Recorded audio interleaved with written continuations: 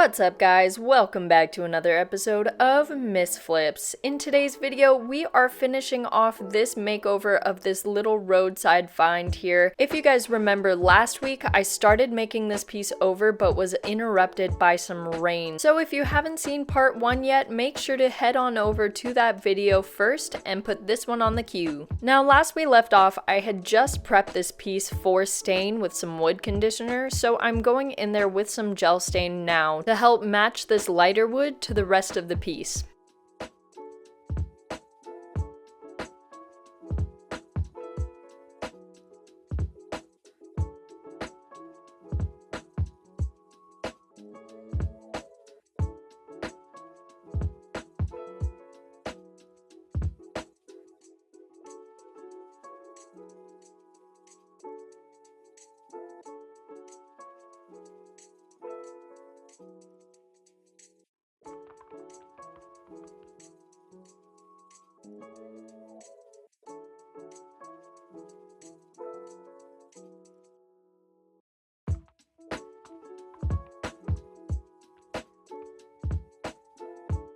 To make sure that the wood was extra clean, I went in with some mineral spirits, and as I was doing the veneer, I realized that it was a lot more red than I had anticipated, so the gel stained areas no longer matched the rest of the piece. So I ended up going in with some mahogany stain and going over all of the stuff that I had just stained just to make sure that everything matched. Now, unfortunately, I did burn through the veneer a little bit with my sander, so I went in with some veneer paint and painted it over, trying to match the pattern as closely as possible. You want to make sure to either wet your wood first or apply your first coat of finish before doing this technique. That way you're matching the paint to the finished wood and not the raw wood. My client wanted a pop of color on the inside of the piece, so I decided to go with Good Bones paint in the color Orion. However, when I put it on, it ended up just looking a little too blue for what we were going for. She wanted to have Kelly green and forest green together, and this just was too blue to go with. Fortunately, I had some Jacob's Well by Melange in hand, so I went ahead and painted the piece in that. While the first coat of the paint was drying on the inside, I went ahead and got to fixing this drawer slide, and fortunately, I had a piece of wood that was literally the perfect thickness for this drawer slide. So I went ahead and marked it to size and then cut it down, making sure to do a dry cut first, and that's kind of like a dry fit, but for cutting. I don't know if that's like actually a term, but I'm going with it, you know? Once everything was cut down to size, I went ahead and put some wood glue on there for extra security and then nailed it down with my brag nailer.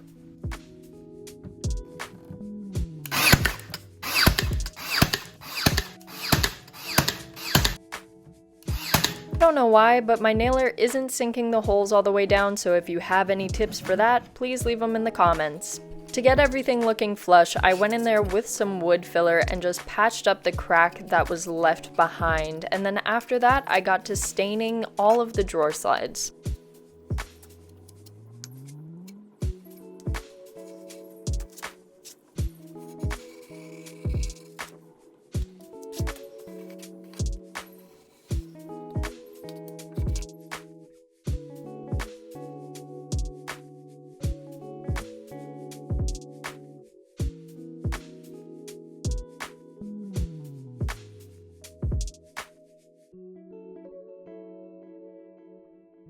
For the final repair, I got to replacing these drawer stoppers with some furniture backing that I had laying around, and I just cut the corners off, and they literally perfectly ended up matching the original drawer stoppers. So I'm not gonna lie, I kind of felt like a genius. Now that I was done with all of the repairs, it was finally time to get to the fun part. If you remember in the last video, I showed this mood board and in the corner was a lion. And that lion is an original drawing of mine that I did during the pandemic one time, and I absolutely loved the idea of putting this on a piece, so that's exactly what I did. I started off by sketching it in pencil first and then going over it with the gold paint.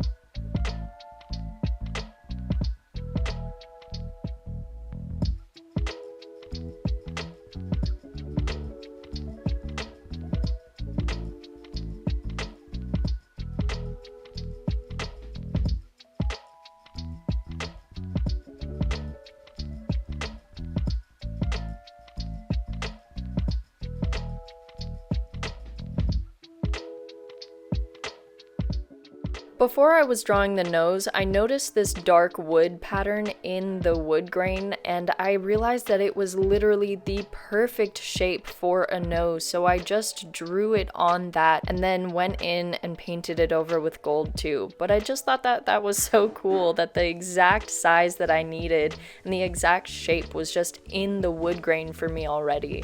So cool.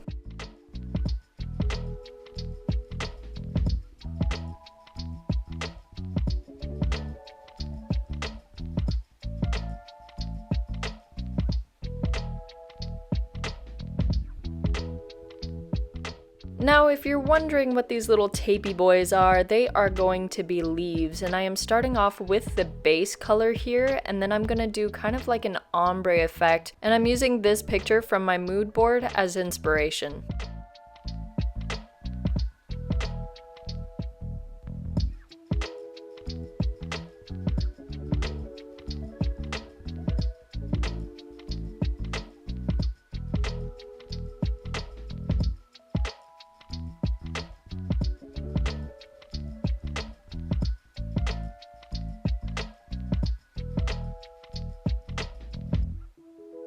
While the base layer of paint was drying, I decided to go ahead and outline the rest of the lion. And I decided to do it with tape first, just to make sure that I got it as symmetrical as possible before I went in with pencil.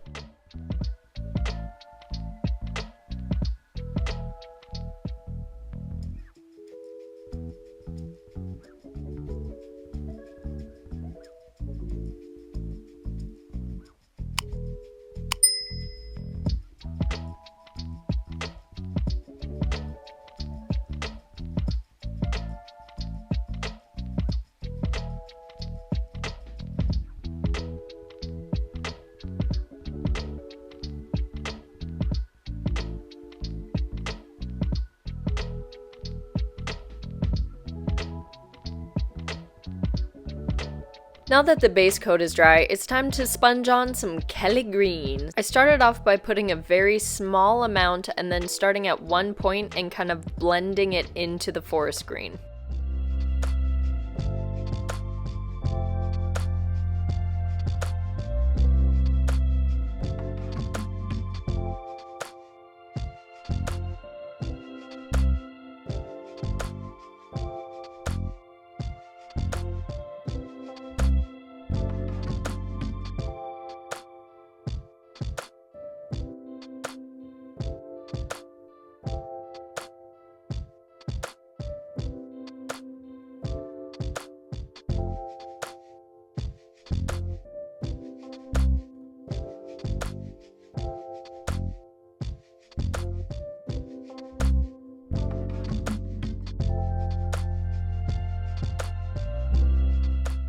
Now when it comes to making these shapes with the tape, obviously the tape isn't going to do a great job at making those curved edges, but it did a good enough job to the point where I was able to get the general shape of the leaf, and then I can go in and add the details with the outline of gold.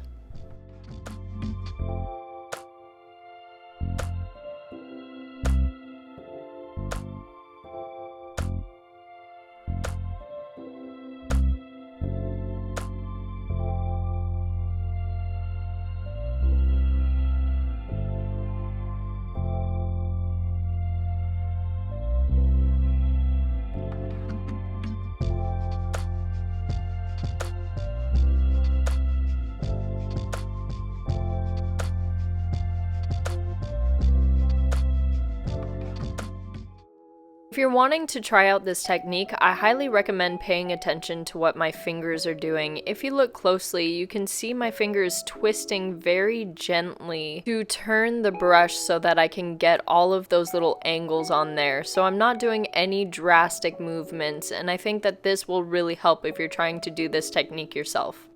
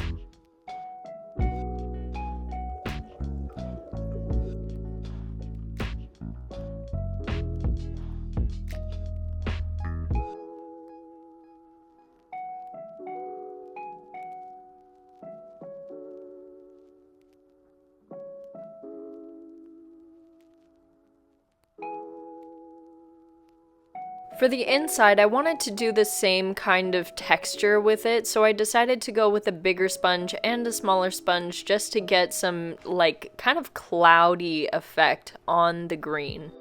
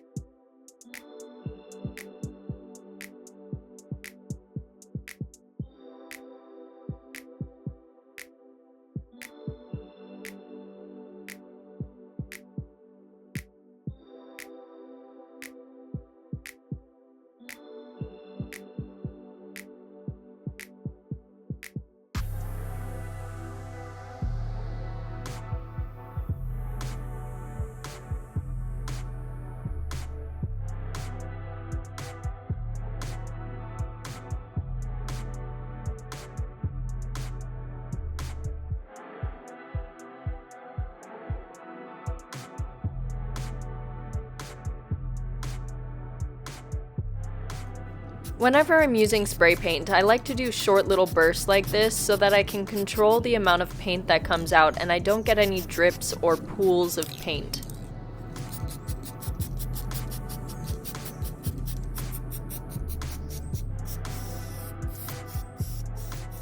Now that everything was back in place, it was time to get started on the exterior design. My client wanted a subtle Art Deco design, but I thought I would do something a little bit more creative just to tie it in with the interior of the piece. People always ask me how I come up with my designs, and I always tell them that I go with the pattern that the veneer gives me often, and this is a perfect example of that. If you notice, I'm going with the triangular shape of the veneer, and I'm just enhancing that. I'm not taking away from it, I'm not going against any sort of wood grain, I'm just embracing the pattern and accenting it.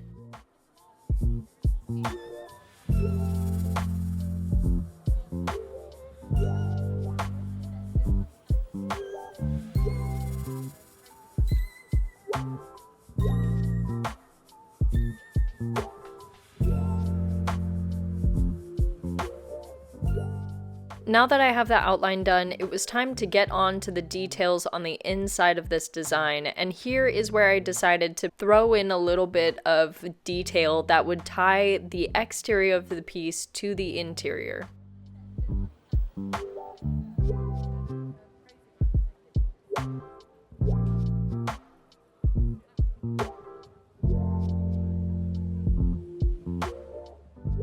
So now that all of my details were finally done, it was time to apply my top coat, and this time I'm using a method that I have never used before, which is using a roller to roll on an oil-based semi-gloss finish. The reason why I'm doing this is because I wanted to be able to protect my gold paint, and usually I put on a wipe-on poly in a semi-gloss before I do the gold paint, just because when I do a wipe-on poly, it tends to smear the gold paint because they're both oil based.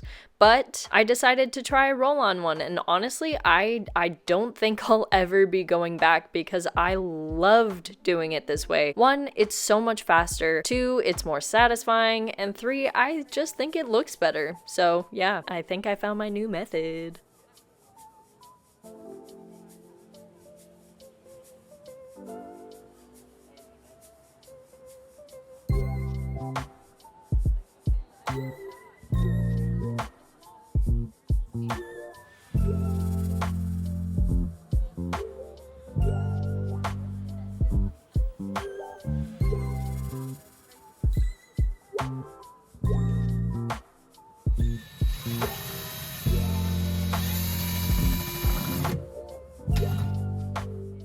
Alright guys, we are coming to an end. So before I show you guys the finished product, make sure to like and subscribe and do all those things so that we can stay a happy flippin' family. And if you would like to support my channel in other ways, make sure to check out the links in the description below. I have so many ways that you guys can help support me and my channel, so make sure to check that out. And until next time guys, stay flippin'.